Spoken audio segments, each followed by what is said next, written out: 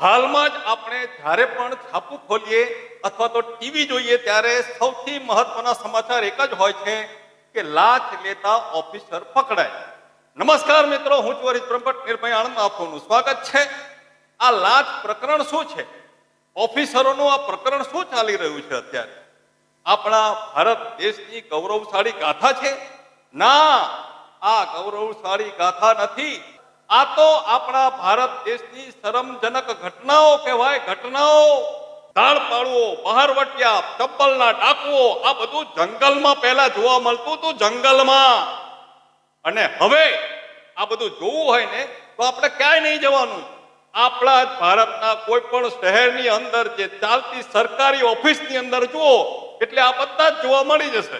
નીચેના પટ્ટાવાળાથી લઈને clerk officer હવાલદારથી લઈને તમે શરૂઆત કરો ને સાહેબ, તો તમે ગભરાઈ જશો.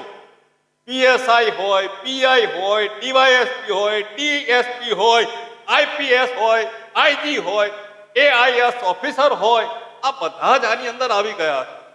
કોઈ બાકી નથી. શિક્ષક હોય, પ્રિન્સિપાલ હોય, બેંકના મેનેજર હોય, કોઈ પણ હોય, એન્જિનિયરો, ડોક્ટરો, તલાટી, મામલતદારથી લઈને કલેક્ટર સુધી હોડમારી ચાલે છે, હોડમારી. કોન્ટ્રાક્ટર થી લઈને વહીવટદાર અને નેતા સુધી કોઈ બાકી નથી આ દેશની અંદર. કોઈ ને કોઈ કૌભાંડ, કરપ્શન, ગુંડાગર્દી, આની અંદર બળાત્કાર, કઈ ને કઈ નામો ખુલતા જ જાય છે. જ્યાં શાસકો સર્વનાશનું સર્જન કરે ને તે દેશનો વિનાશ નિશ્ચિંત છે, વિનાશ નિશ્ચિંત. કારણ કે સાહેબ આપણા દેશની પ્રજા નિર્માલી છે, મોંઘી છે, બહેરી છે, આંખોથી જોઈ શકતી નથી, આંધળી છે. બસ હવે આપણા દેશને કોઈ બચાવી લે તેવું છે નહીં. જેવું છે તેવું જોઈને જીવી લેવું એ જ તમારી જિંદગી છે. મને તો, હું આ દેશનો નાગરિક છું તે કહેતા શરમ આવે છે. જ્યારે તમને આ શરમ આવશે ને ત્યારે દિવસ વીતી ગયા છે. આપનો હરીશ બ્રહ્મભટ્ટ. વંદે માતરમ. ભારત માતા કી જય.